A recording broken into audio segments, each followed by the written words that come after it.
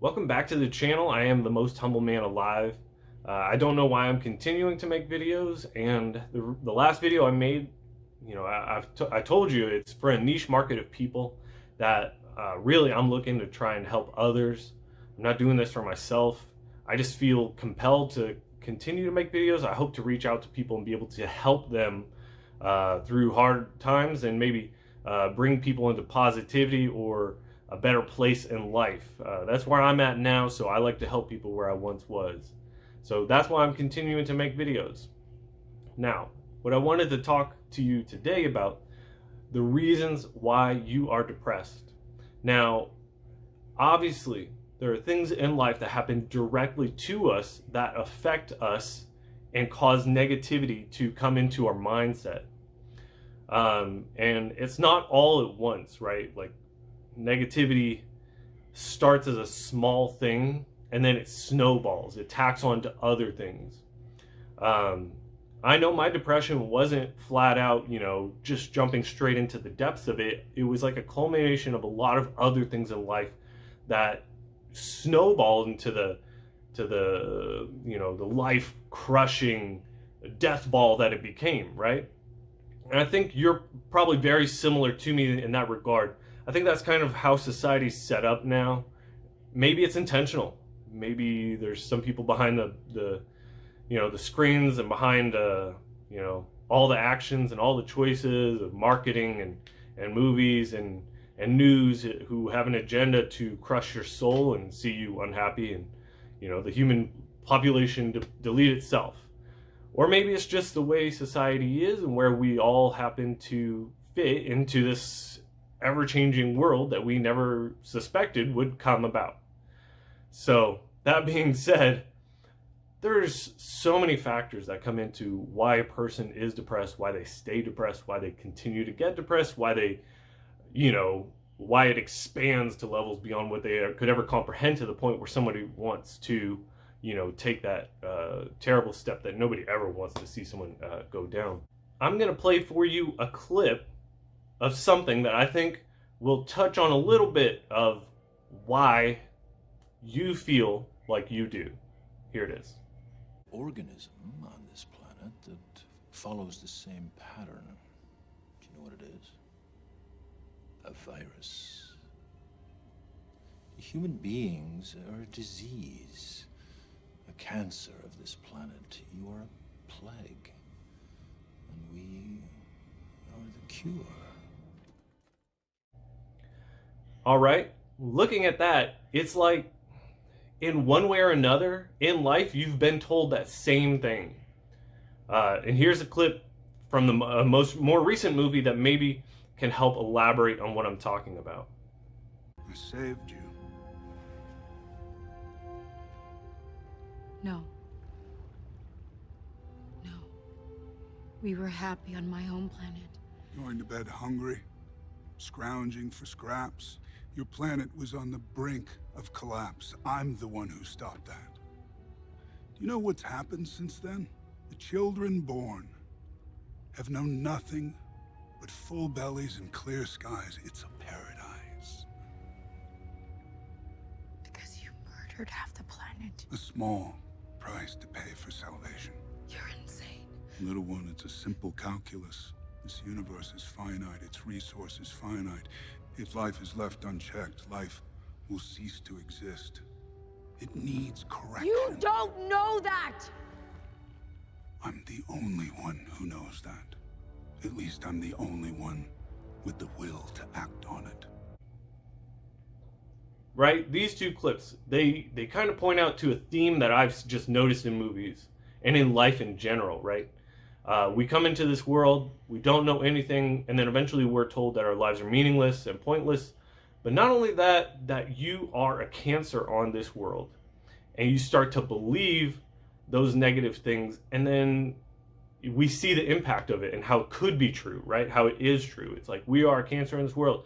So yeah, we take over parts of the rainforest and we burn it down, and, evil conglomerates are polluting the world, and we're all part of it because we all contribute in some way or another, and buying into the system, which just living and a simple existence, unless we go off to a farm in, Nebraska or Montana and buy a little, 10 by 10 foot square, lot of land and start working. And, it's like we all have to participate in the system. So essentially we're all part of, this quote unquote cancer to life in this planet.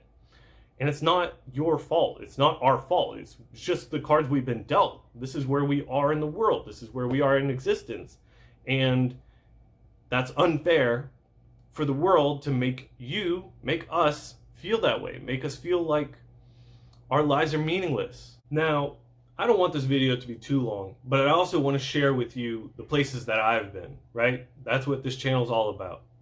Now, to give you a quick summary of my experience with depression is, yet again, grew up in a single parent household that comes with its own set of issues.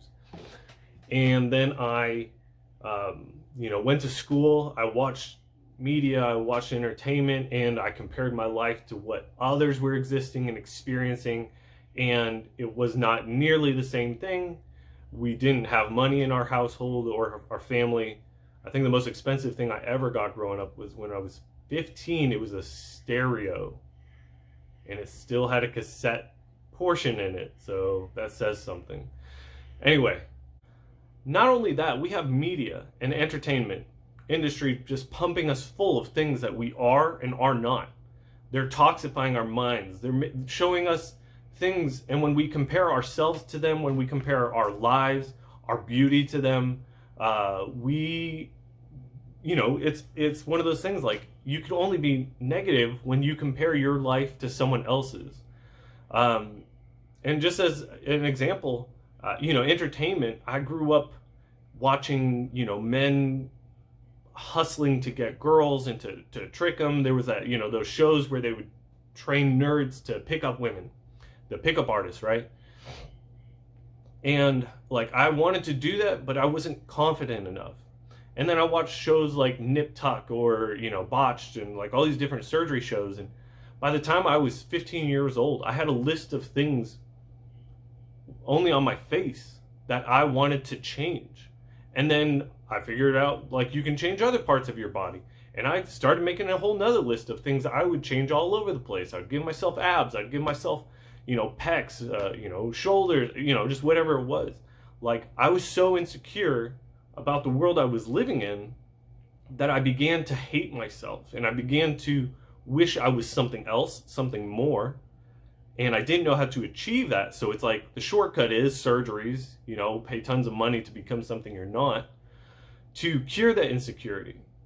And then movies and movie stars, it's like all the money they can make. And, and I can't see a drop of that. I don't, and I won't.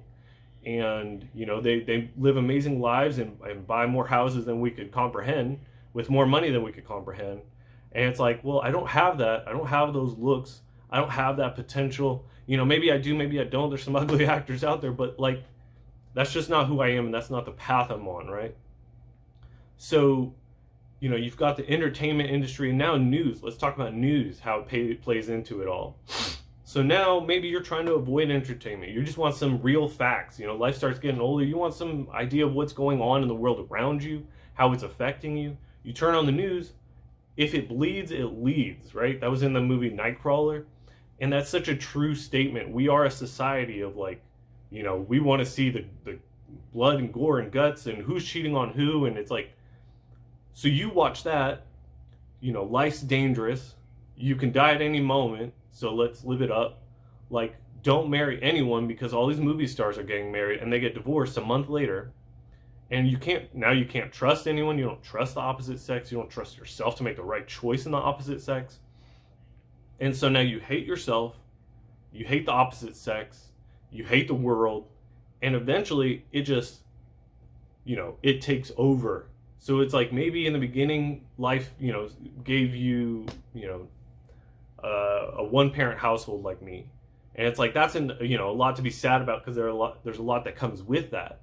But now let's add in all these other factors to your existence. And it's like that little snowball of, some bad things happening because, one parent household and like, the culmination of things that come with that. but then you tack on the rest of the burdens of the world. Like, of course somebody's going to be depressed. Of course somebody's not going to want to continue in this existence. And I'm not here to, encourage that negativity. I'm here to bring in the positivity, because I want you to find out that there is another level of existence you can live on where it's not surrounded by negativity. And that takes time and that takes energy to work with it. But believe me, the more you walk down that path, the easier it gets, the more sunlight comes into your life, the more happiness, the more joy. And it's a slow process in the beginning, but eventually, man, when you walk out into the sunlight and you walk that path straight, it gets better and better. Anyway, that hatred that I was talking about earlier, that started to grow within me. I started to hate myself. But when you start to hate yourself, you also express that outwardly. It's like an infection of the soul has to be expressed outwardly. And I hated everyone around me. I started to hate, the rich. I started to hate people who had more than me. I hated people who didn't ever experience the things I'd been through. I began to hate the world, and it didn't matter who you were. I didn't know what your position was. If I crossed you on the streets, I hated you. And then all the things that come with that, when you hate other people, it's like you see them as that thing, in the first clip, is that they're a virus. I'm a virus. You're a virus. We're all viruses. And it's like the less of us that I see, or that are on this planet infecting it or destroying it, whatever it will be, like the better this world is. You begin to believe that you're the answer, you're the cure to this sickness. And I think a lot of people who've done a lot of evil things thought that exact same way. I know that the kids from Columbine, I haven't read their manifestos, but I've heard bits and pieces from different psychologists. But that's exactly how they felt, and which was scary. And I didn't want to read their manifesto, because when they said those things, I was like, wow, that's exactly how I felt in my darkness. It's like because you're experienced such levels of hatred, darkness, and sorrow, it's like you want others to experience that as well. You want the world to bleed because you're bleeding, and so, that's where it led all my views, politically, economically, socially, and on top of that, being a liberal at the time, a libertarian, probably not even that, it's more so Democrat. And I'm not getting into the argument of, all these different things, but that was my main view on why I wanted to be a Democrat, because I, first of all, didn't want people to choose how a woman, what she does with her body. But then on top of that, I viewed humans as a cancer and as a sickness that needed to be cured. So I believed that the more babies that were murdered or killed off or stopped from existing, the better this planet would be, the better all of us would be. So I felt like they were doing a service to the world. It's like, well, what's better than, like, they get to choose to do whatever they want to do, but on top of that, like, we don't have consequences of that. We don't have 20 million new people running around because, like, they've been aborted, and, like, good for the planet, good for Earth, and, like, more humans should die. And I'm not trying, yet again, to put down any party or affiliation. I'm just saying that's my experience. That's what I felt when I was there. That's why I leaned towards that party, because they were the ones doing the work. I mean, they were the ones, stopping population growth or putting, slowing it down as much as possible. And so that's why I lean that way. That's why I didn't vote at the time. I have yet to vote. And that's a whole nother story, but that's why I leaned that direction for that party at that time. It was only after I came to Christianity, I started reading the Bible, I started praying, and I started looking at, like, how God values us in His Word. And it's written now in a bunch of different places, but you could put it together. Essentially, like, God has a love for us. He knits us together. in our mother's womb, and then he brings us into this world, and we all have, you read through it and it's like we have a destiny, we have a plan, and maybe it's big, maybe it's small, maybe you play a little part in a bigger things part, but like we all matter and have value. And it was like after I felt those things, and after I started to change my my values and my stance on existence, it was like I realized I had value. I realized I had potential. I realized I had something to bring to this world, and I don't know what it is. And it's a journey for all of us, but it's worth the ride, because who knows what's to come. We could be something great, or we could be something small, but at least we're here to experience it. And children are a miracle and a gift, and life is a blessing and a gift.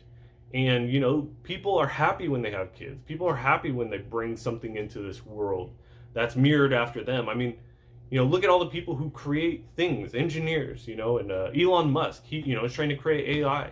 It's like, why do people do that? It's because we want to bring something of ourselves into this world to change this world for the better. And it's like, we are not all Elon Musk, but we can create humans, and we can try and do that exact same thing. And so, that all being said, this is a video explaining why you've been depressed, some of the factors that played into it. Not everything, right? Some of it you'll understand, some of it you'll say is different for you. Everyone's journey is different, right? But it's also a video trying to show you that you do have value, you do have worth, you do have potential to change this world. If you would have told me 10 years ago, if I was sitting in front of myself, my 10-year younger self, and tell myself at that point while I was deep in my depression that, everything would be 180. It would be a 180's difference. That the whole world would be a beautiful, gorgeous place. Existence would be amazing, and I would have things that I could have never understood at that time that I could potentially have. I just didn't see it back then. Now I see it. And if I could have gone back and told myself that, I would have smacked some sense into me and tried to help. So I guess that's what I'm trying to do to you. I'm metaphorically slapping you in the face and saying, hey man, hang out, because who knows what's better down the line. And when you have the suffering of the negative, like you have the passion to reach for the positive. And at the time when I was coming out of the negativity and the highs I was experiencing just from existence, no longer on drugs, no longer on all these different things, it felt like people experience life on a plane, and then they have like ups and downs, right? But when you're a depressed person, it's like your plane's like levels below everyone else's. So it's like your ups, like, when they're above the other one, they're like, coming above this one from way down here. It's like that high is like that much bigger than like another regular person's high. It's like we experience so much greater things. And it's like when you've gone through that negativity, man, when you come out the other side, like, it's good. It's so good.